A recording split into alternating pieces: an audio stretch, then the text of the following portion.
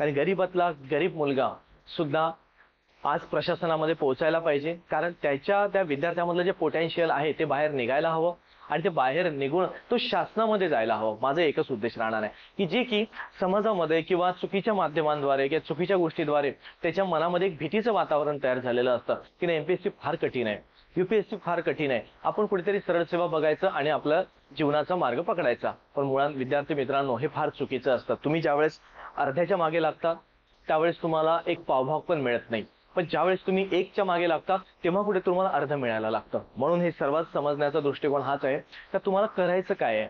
तुम्ही जर तुमचं डेस्टिनेशन, तुमचं जर ध्येय जर तुम्ही ठरवलेलं असेल ना, क्लास 1 होण्याचं, सुपर क्लास 1 होण्याचं, नक्कीच मित्रांनो तुमची सुरुवात गट ब आणि गट क पासून तर नक्कीच होणार आणि एक एक यशाच्या पावलावरती तुम्ही पुढे जाण्याचा प्रयत्न करणार. म्हणून सुरुवात करायला घाबरू नका.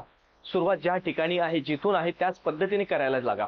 म्हणजेच काय, तुम्ही एक दिवस तुमच्या ध्येयापर्यंत नक्की पोहोचाल. नक्कीच मी एवढं सांगेल की ही वाट असणार आहे, ही खडतर असणार आहे, ही सोपी वाट नसणार आहे.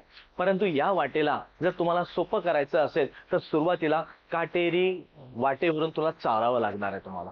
आणि ज्यावेळेस तुम्ही चालायला शिकाल त्याच वेळेस तुम्हाला अनुभव पण येईल कारण ही वाट कशी आहे, काटे कशा पद्धतीने बाजूला करायचे, अडचणी कशा पद्धतीने बाजूला करायच्या आणि नंतर चांगल्या वाटेला कशा पद्धतीने. म्हणजेच काय, तुमच्या जीवनामध्ये सुखाचे दिवस कसे येईल हेच.